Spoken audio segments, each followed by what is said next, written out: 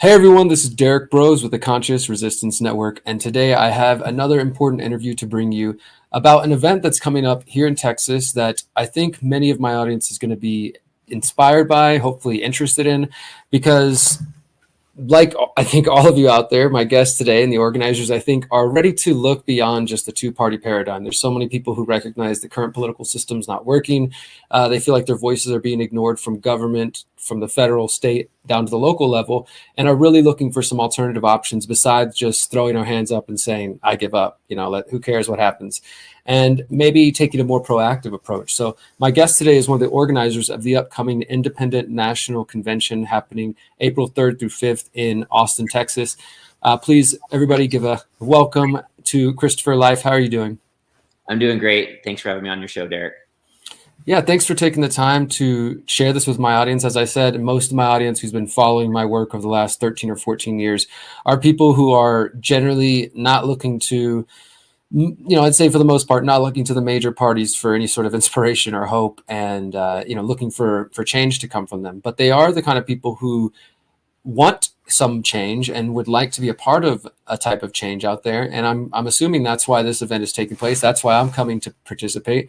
But before we get into all that, maybe you could just give us a brief background about yourself and then how you came to be involved in organizing this event. Yeah. So, the short answer is, I'm devoted to. Oh, I'm devoted to.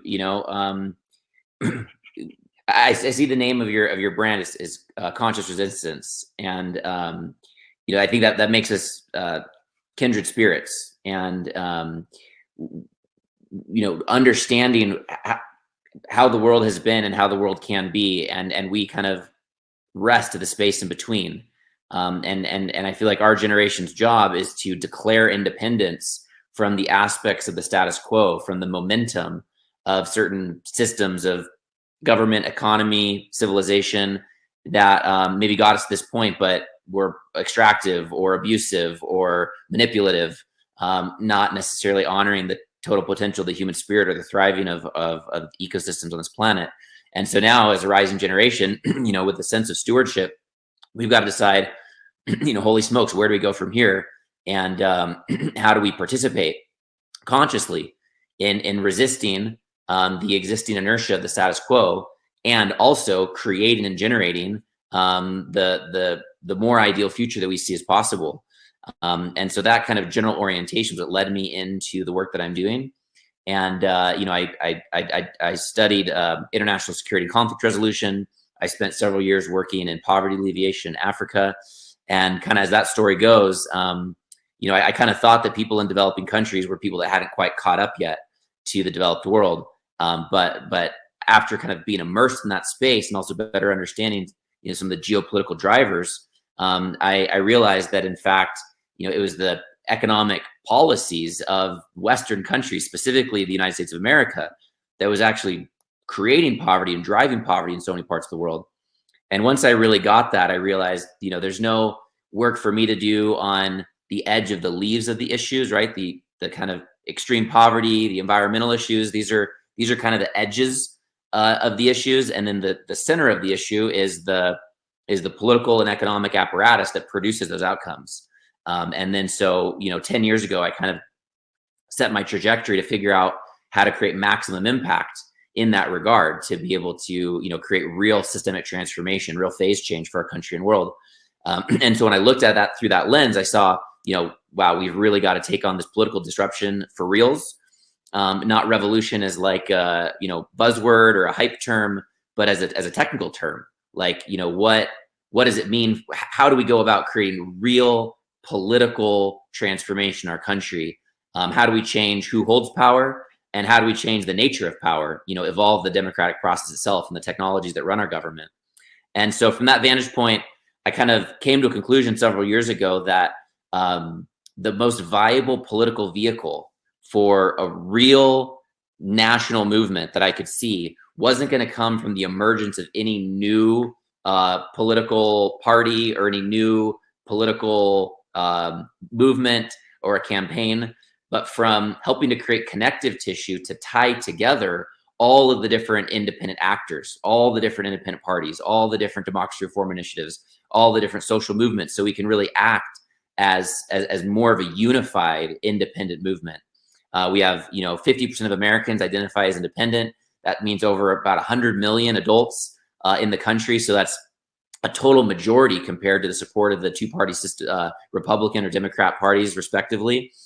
So we're sitting on top of just this enormous political potential, but it needs to be galvanized. It needs to be actualized. And again, it's not going to be just the emergence of the Forward Party or the Common Sense Party or the Libertarian Party. It's not going to be from any one of these systems. It's going to be a system that helps to bring them together, to coordinate on running candidates together, on coordinate on driving democracy reform initiatives together, on coordinate on creating a lattice work of local organizing across the country that can function effectively as a united independent movement to drive these systemic transformations at a local level, because we need to create, independent elected officials at a local level. Obviously, you're aware of that need.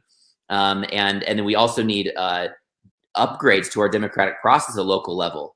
But then we need to be able to pull all those local initiatives together to be able to flex that movement muscle to create state outcomes and national outcomes as well. And so that's kind of some of the philosophy and kind of drivers. I love it. Yeah, man, I love it. I mean, obviously, we're just getting to know each other here during this interview, but I feel like we could probably fill a whole hour exploring just some of the first couple of minutes you said there about your revelations working in a developing country and recognizing the role that the developed world, particularly the U.S., plays and kind of not only fomenting some of the problems, but then maintaining them and keeping the developing nations under their foot, as it were.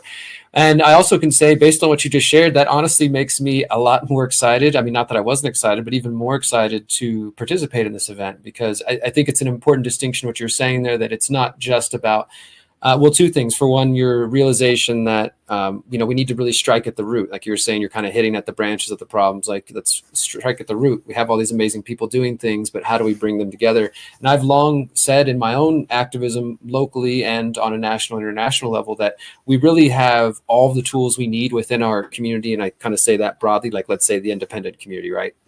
Generally speaking, we have so many people doing amazing things, as you're highlighting at this upcoming event, but perhaps they've never crossed paths. They just haven't connected yet. And when those moments do happen, I mean, I've experienced this myself kind of on both sides, connecting people that I know, like, you two need to meet because something special is going to happen.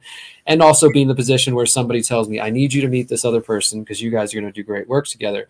And if you bring everybody together with that purpose, and you're really looking at such a broad focus of topics, from self-governance, from health, from obviously politics and campaigning, but then independent media and blockchain and so many other aspects, I really think this is something special. So I commend you and your team on this effort. And why don't we dive into that? Why don't you tell everybody a bit more about, like I said, it's happening April 3rd to 5th. It's happening in Austin. What else do people need to know? If they're hearing this, there's still time, I assume, to buy tickets and to attend and come in person. What does somebody need to know if they're hearing about this for the first time and they're curious to know more? Yeah, thanks so much for asking that, Derrick. So some of the things I think people should think about is first and foremost the education. So we're going to have just, not only Tulsi Gabbard, former presidential campaign candidate, and Dennis Kucinich, former mayor of Cleveland and former congressional representative, and Chris Hedges, Pulitzer Prize winning journalist and New York Best Time selling author, and Jennifer Say, the former global brand president of Levi's, Angela McArdle, the national chair of the Libertarian Party. The list goes on and on of the amazing presenters that are going to be bringing both education and inspiration forward. But we also, as you were mentioning, we have 45 different panel conversations, all with, best-in-class experts on the topics, discussing, how these different respective aspects work into a larger movement context. So, how parties can work together, how democracy reform initiatives can work together, how we can improve our election systems together, how we can improve our voting systems together, how we can coordinate around improving our blockchain governance technologies and our AI governance technologies. So we're really actually creating something coherent and cohesive. And so there's just an enormous amount of education from people that are wanting to, dip deeper into the topics that they already are passionate about, or kind of receive some 101 education around a lot of topics they might not be familiar with. So education, I think, is a really powerful reason to plug into the event. And then to your point, it's the synergy that I'm most excited about. We designed this event for the purpose of movement building. Again, not like as like a hype concept, like movement building, get out in the streets, but like, no, actually bringing the relationships together, bringing the organizations together, helping people see a shared vision, helping people identify common ground, helping groups and organizations and individuals have the space to build the rapport, to meet each other personally, and to realize how there can be an intersection on their different projects, their initiatives, their goals, their aspirations, and we can stitch these different elements together. Then we've got a whole lot of synergy to work with, and then the whole becomes much greater than the sum of their parts. And so I'm excited about organizations meeting each other, but also individuals showing up and communicating their projects and their passions, and getting plugged in, and meeting new team members and new collaborators and new organizations that they can plug into, and building the relationships between the different types of agents that can all work together to be able to create really powerful impact in the world. So I'm already so inspired. Like you were saying, like, it's so inspiring, like, connect two people, because you feel like if they come together, something magical can happen. And I'm seeing that the scale of the hundreds of leaders that are all coming together. And I'm so excited and inspired for what gets to come beyond that. And then also how we can keep kind of coming together in this conversation of, what if we were really acting as a united independent movement, and each of our efforts and organizations become an organ in that larger body? What's possible? Can we really create a center of gravity that the 100 million Americans, independents, aren't going to identify with just Forward Party or just the Libertarian Party, just the Green Party? But if we can create the narrative of a united independent movement, well, now all of a sudden, every single independent can identify with that. And now we can tell a story, and now we can create engagement, and now we can help to bring people into a really deep invitation to play a role over the next 10 years in driving the systemic transformation that we need, and doing that together. Yeah, it's really an interesting challenge, and one that you're taking to kind of a higher scale, because it can be difficult enough to take people who are, let's say, independently minded, and like you mentioned, so that might be they're independently minded and they're drawn to the Green Party, they're independently minded and they're drawn to the Libertarian Party, they're independently minded and they're an anarchist and have no interest in electoral politics, right? But all those people, generally speaking, would fit under that label. And sometimes, as I'm sure you've experienced with your organizing and work in the past, sometimes egos can clash, or people are just, at least in my experience, maybe they don't even want to give up their brand for the bigger idea. But I do think if there's a way to go about that, which you seem to be moving in that direction, to bring people together, united on perhaps some common principles, and maybe at the very least united about what they don't like, because that's often what we can agree on. We agree we don't like this thing over here. Now, as far as what we think we should do to fix it, that's sometimes where we kind of diverge in our particular solutions. But either way, that power, that momentum, as you were saying, like to move as one potential force, whether that meant for voting or just as a cultural force. Because I honestly think that in addition to, I am running for office, I'm running against several other candidates who are deeply established, tied to the Democratic Party. I've already raised over $1.5 million and things like that. And I'm running to reach people and to spread a message, but not particularly because I think the change that I ultimately want is going to come through running for office, at least not for me. I mean, if I was to win, obviously we would do some pretty radical things, I think. But ultimately, I believe it's more about a cultural change. That culture tends to bring politics with it. Politics are slow to change. Government's slow to change. And I feel like that's what you're bringing in as well. I'll mention a couple other names. You mentioned some friends of this show: Charles Eisenstein, Del Bigtree, my friend John Bush, Alex Zeck are speaking there in addition to the others you named. I will be speaking. I see there's like a musical artist component as well. I perform music, so if you need anybody else, feel free to throw me in there. And yeah, I think it's a good opportunity for people, even if you have no interest in, say, the Libertarian Party, the Green Party, the People's Party, or that particular aspect. You could skip that panel, that discussion. As you said, there's over 45 different discussions, so there's quite a bit to choose where you want to go and what your focus is, right? Yeah. I appreciate you mentioning the piece around unification, around what we all agree we're against. And it makes me think about some movies like one of the latest Star Wars, Lord of the Rings, the first Avatar, and even the movie Independence Day itself with Will Smith and the aliens. And what's common about all those movies is at the end of the movie, there's this big show up of an alliance, you know, to kind of defeat the existential threat that was threatening all of their existence and their livelihoods. And so I think that's actually a very reasonable thing, a mythic thing, an archetypal thing, but also a historically significant thing to actually bring different groups together for a common purpose. You know, and it reminds me of the colonies coming together to declare independence from King George III's Great Britain, and then together to generate the resources required to run a revolutionary war and ultimately declare independence. And so what do, you know, the anarchist and the libertarian and the Green Party and the Forward Party have in common? Well, I think they could probably all agree that they're not that thrilled about the two-party system running our country. And so it's a very easy to kind of use that as a way to build alignment. And I feel like that alignment's kind of been growing organically for the last couple decades. But right now, I feel like it's really at a point where the two-party system I see is undergoing a collapse process. And there's people that are leaving that system. There's resources that are leaving that system. There's supporters that are leaving that system. There's voters that are leaving that system. And there's party members and elected officials that are leaving that two-party system.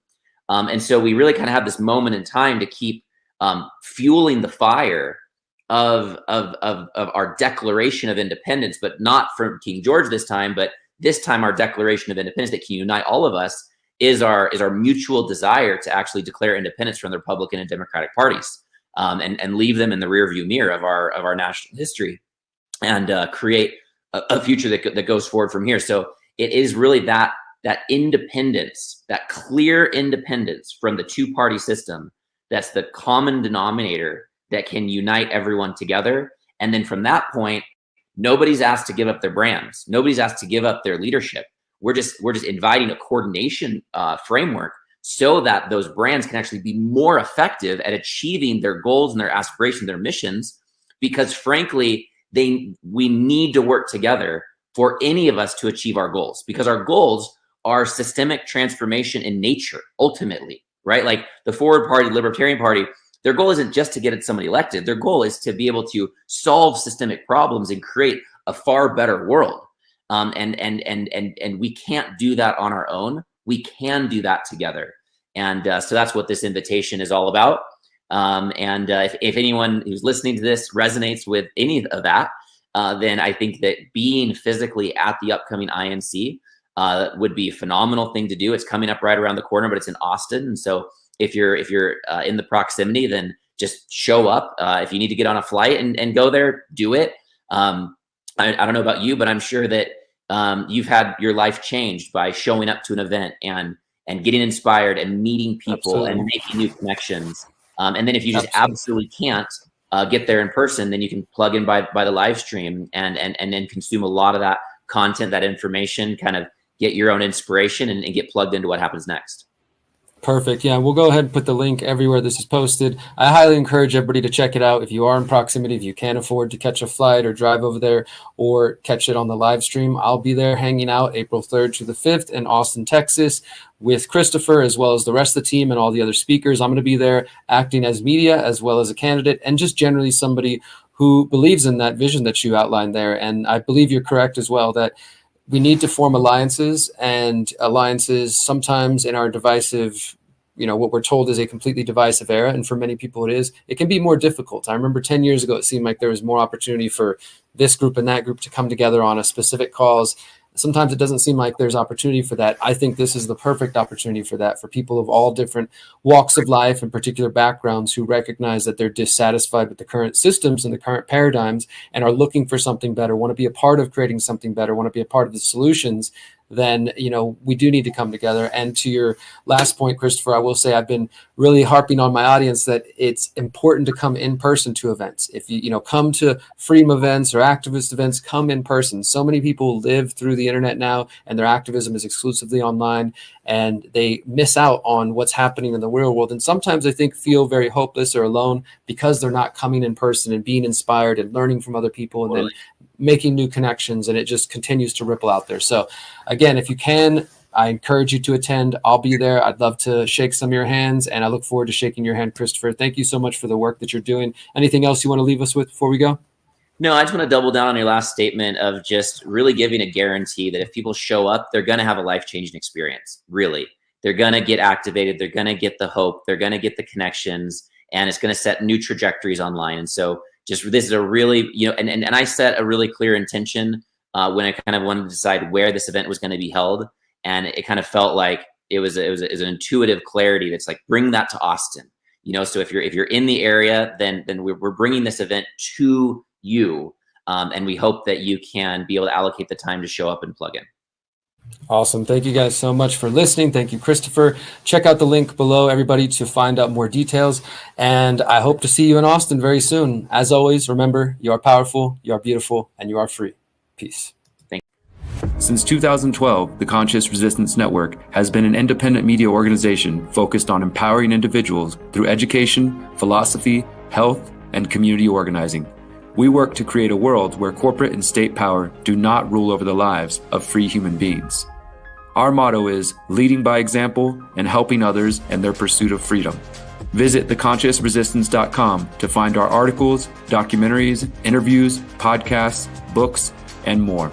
Remember, you are powerful, you are beautiful, and you are free.